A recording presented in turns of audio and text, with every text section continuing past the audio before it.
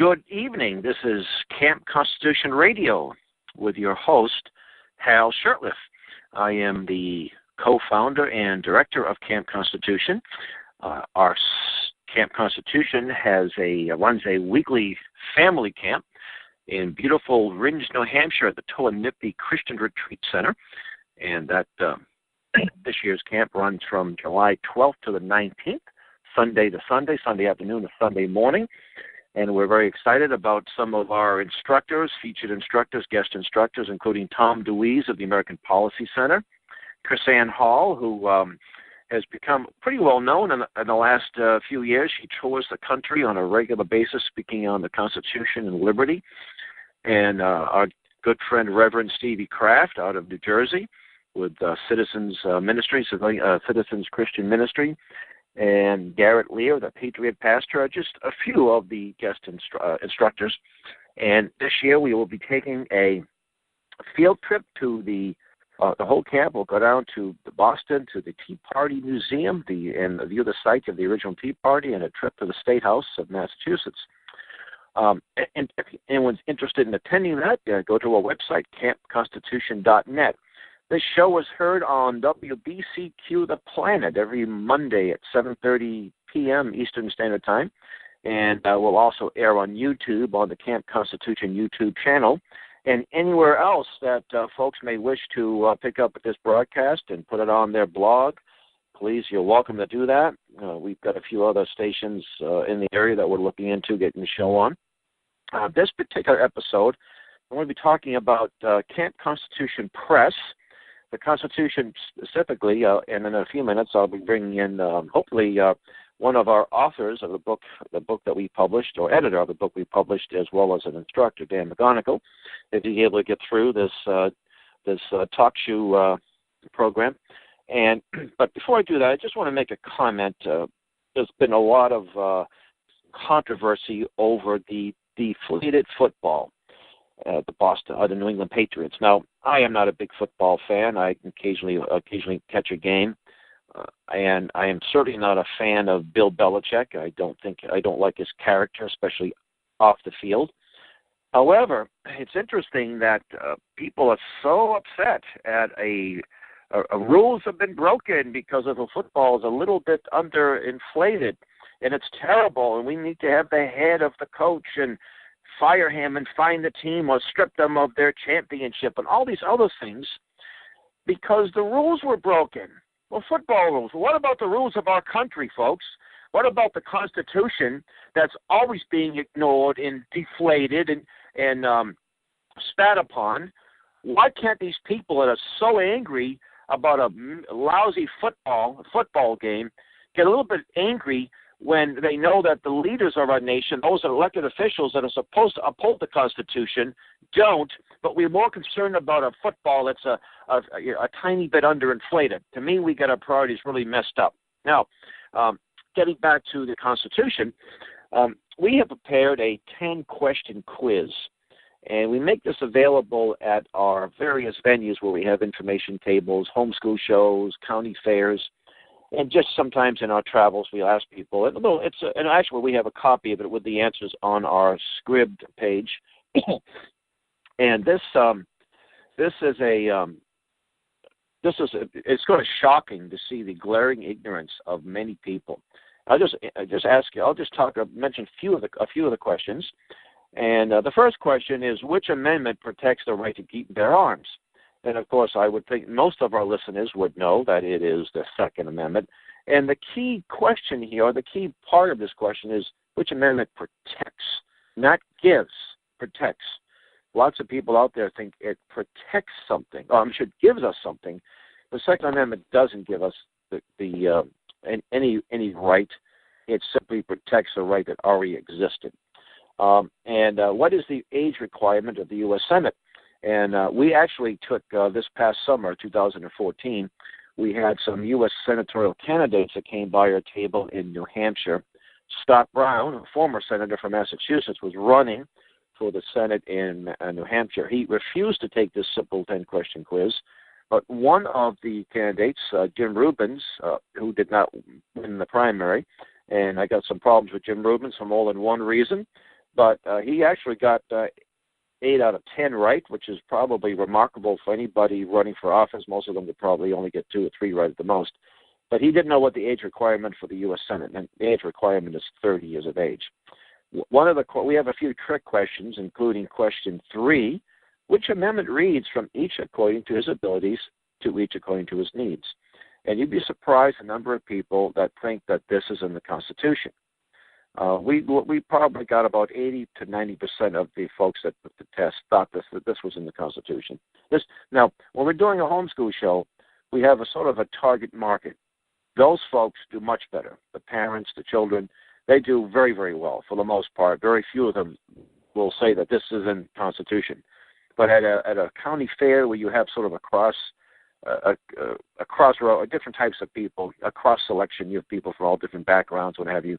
Most of these people think this is somehow in the Constitution. It's actually in the Communist Manifesto. Question number 4, lawmaking abilities are vested in which branch of government? And lots of people think it's the Supreme Court. You see, that's supposed to be the highest law of the land. It's actually Congress, Article 1, Section 1. The very first sentence after the preamble, it says all lawmaking abilities are vested in a Congress, which shall consist of a Senate and House of Representatives. So if all lawmaking abilities are vested in Congress, that means the President and the Supreme Court have none. And most people think that, of course, our President Obama thinks he has all lawmaking abilities, and if Congress doesn't do something he wishes, he'll simply pass an executive order. How many specific crimes are mentioned in the Constitution? And we're speaking about the original before the amendments, because the amendments do, I believe it's the 14th Amendment, makes reference to rebellion during the what's now called the Civil War. Those days it was called the War of the Rebellion. And most people say there was an old saying that don't make a federal case of it. When something comes up and you make a big deal about it, don't make a federal case of it. Well, today, folks, almost everything's a federal case. But 100 years ago, the federal government was involved in just a few things under the Constitution, so it wasn't a big deal. Everything wasn't a federal issue. Now everything's a federal issue. But the specific crimes include treason, bribery, counterfeiting, and piracy. So there are 4 specific crimes in the original Constitution. Which branch of the government has the power to regulate education?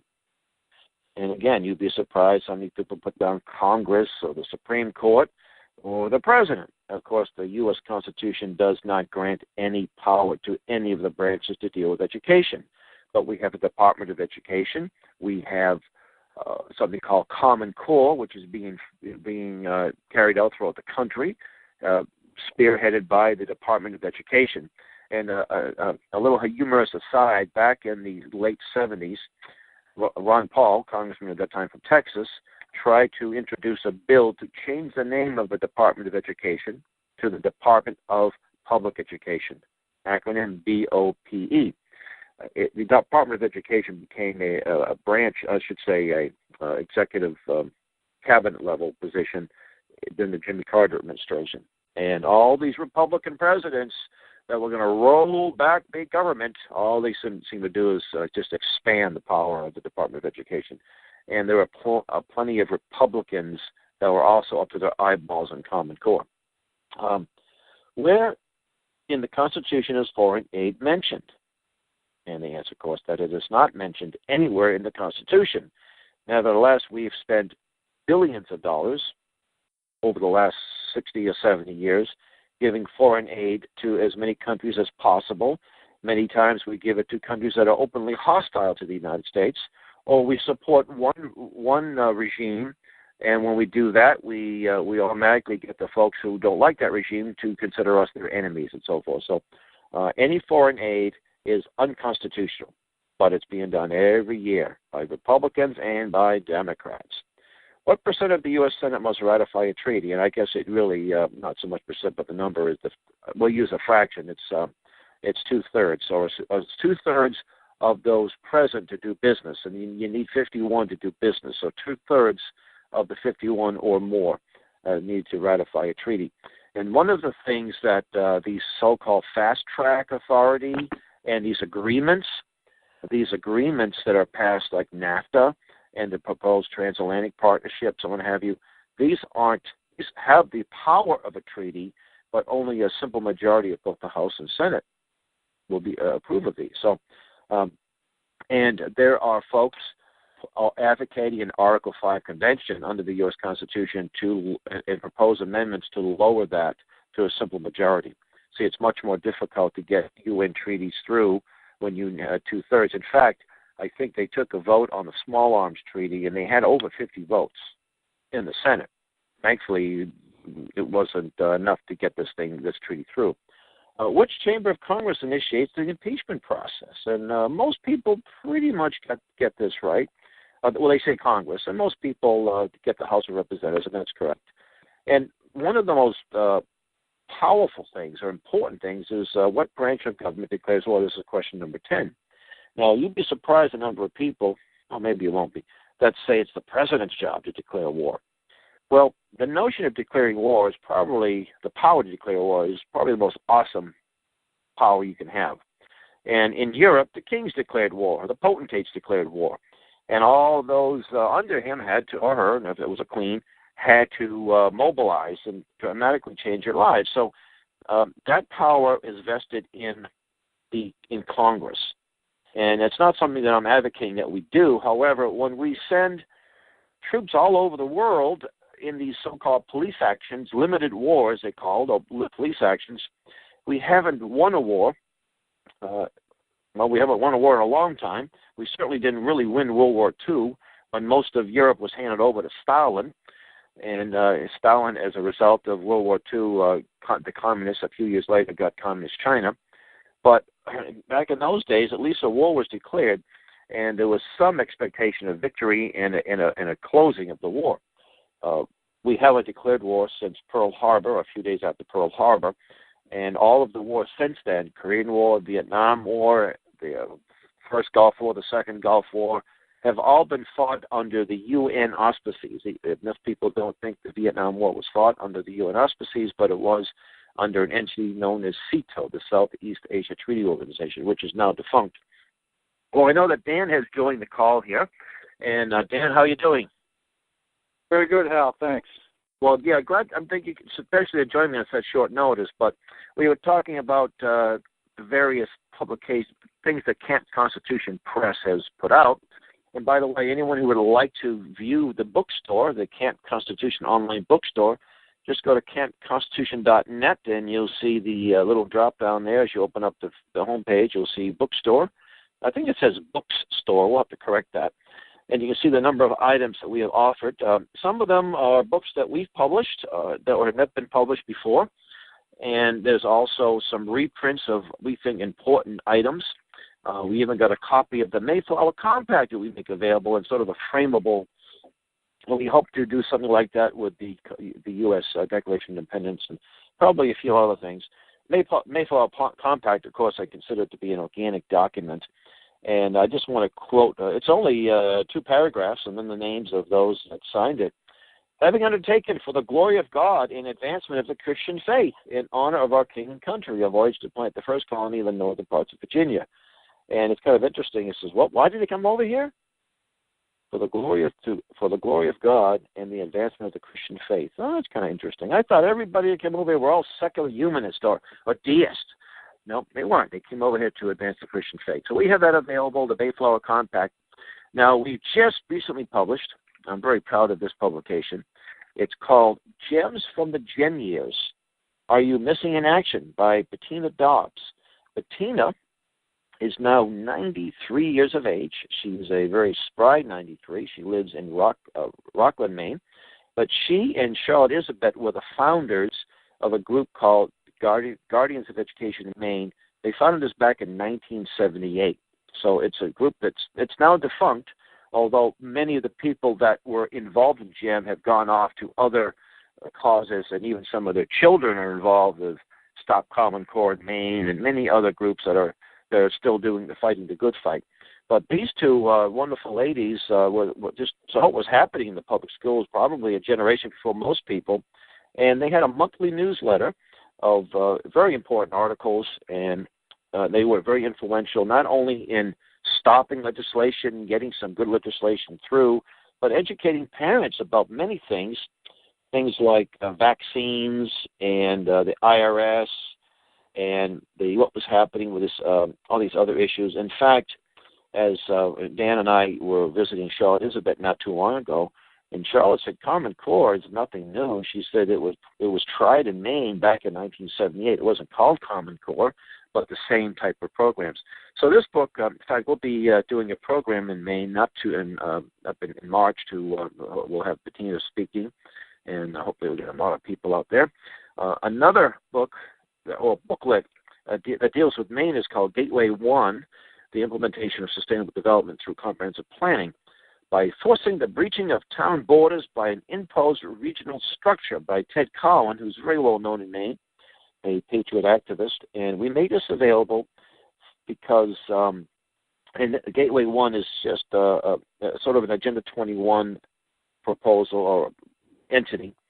And it was defunded back about 5 or 6 years ago by the state, but they're still around, and they're still doing their utmost to implement this. And we made this available for not just people in Maine, but when people see this and say, hey, wait a minute, something like this is happening in California or Arizona or Florida, similar things. So, and we had a lot of our camp supporters and campers and what have you distribute these in the Gateway 1 communities, about 15 or 20 communities.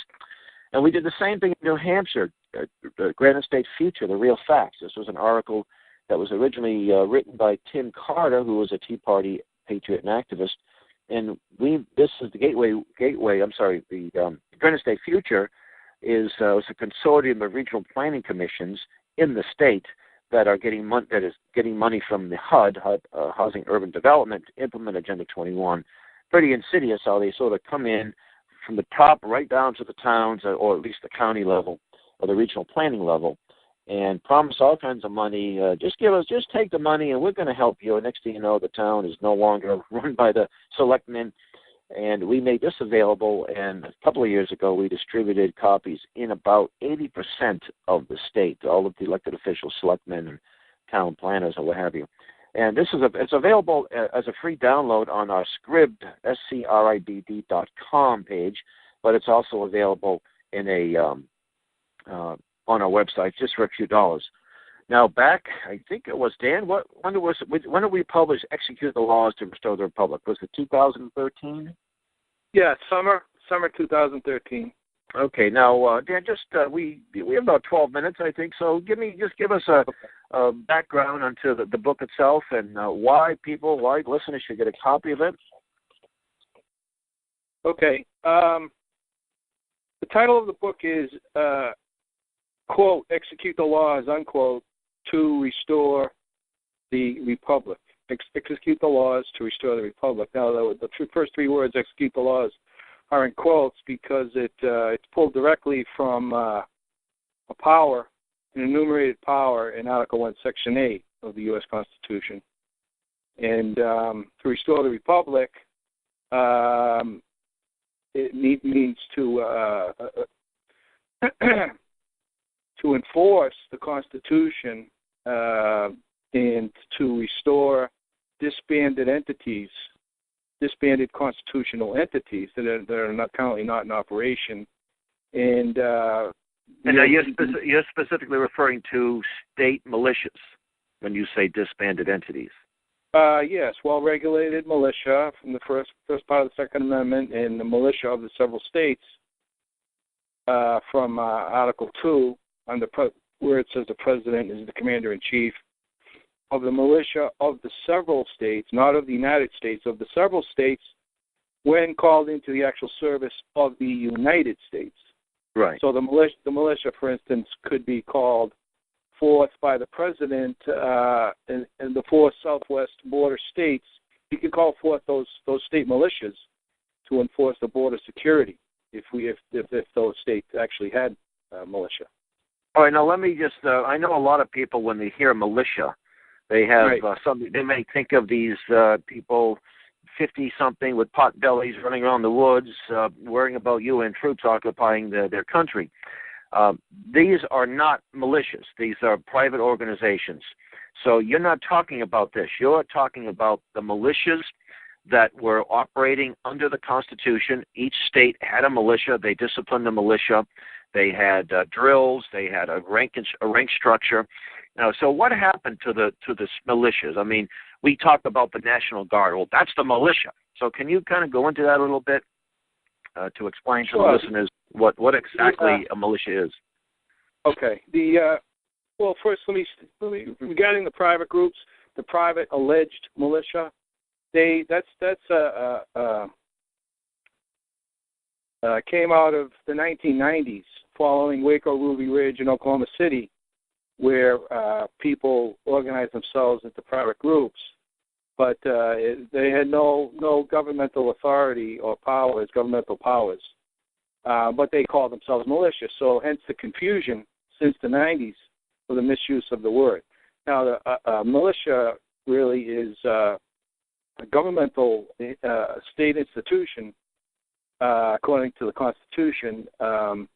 It's out of the 1600s. In the early colonies, every man, for instance, in the 1643 New England Confederation agreement between four colonies, every man between 16 and 60 was required to be available for the defense of the four colonies. All four colonies had to participate if any one colony was attacked. So the original militia is out. It first comes out of England, and then the 1600s in America, and right in the 1600s, they were the colonies, and then the provinces were writing statutes, colonial and provincial statutes, militia acts, they called them, and each colony and each province, they had various minimum age and maximum age for every able-bodied man at the time was required to participate and muster periodically, few or several times during the year, a local muster, and then maybe one or two times a county muster. Mm-hmm. And it's all for for providing for the common defense of life, liberty, and property, and that's out of the Constitution preamble, and that's out of Thomas Hobbes, Leviathan, John Locke, Second Treatise on Civil Government. The end of civil government is the common defense of life, liberty, and property. So that's how they did it, through these militia structures. And what happened? Go ahead, Hal. Oh, no, I think you're going to answer the question I was about to ask you when you say what happened to them, because they don't exist now. Well, yeah, they were lax beginning in the 19th century. And you can read it in Stories 1833 Commentaries on the Constitution. Andrew Jackson was president. He was dealing with the banks at the time, and Story in his commentaries mentioned that the militia structures were deteriorating, and then they were revived during the Civil War, and then after the Civil War they became deteriorating again. And but the provincial and then later the state militia acts were all still on the books, but they weren't fully enforced. So yes. we come to the beginning of the progressives coming into control in the Militia Act of 21 January 1903. We have in that act we have the creation of the National Guard. Now, that was known as the Dick Act, right, by the congressman who submitted it? It's commonly called the Dick Act, right? But it's not called that in the U.S. statutes at large. It's just called the Militia Act. Right. But if you did a Google search or a search engine for Dick Act, that's you would find the information about that. So that's when the term National Guard was used to sort of it was redefined.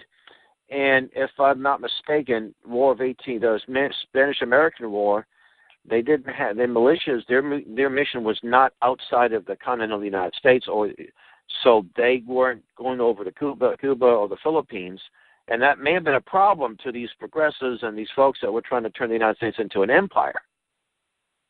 Right. The men, the militia couldn't leave the.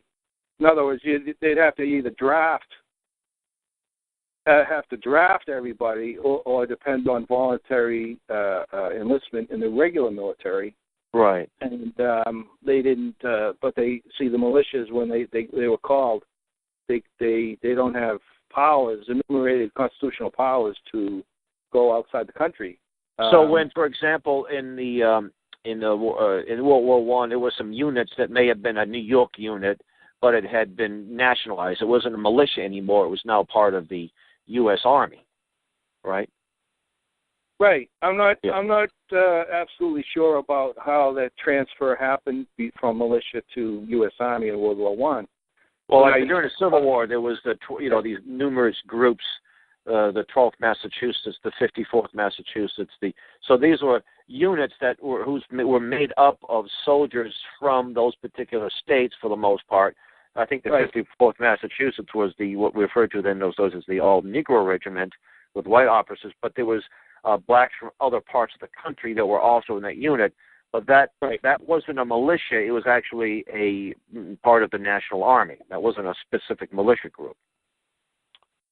Right. I think on some of the stones, memorial stones, or monuments, I think it's such and such volunteer militia. Some of those phrases were used to describe the units, but they were nationalized. Okay. And but it said the exact phrase from the Dick Act is the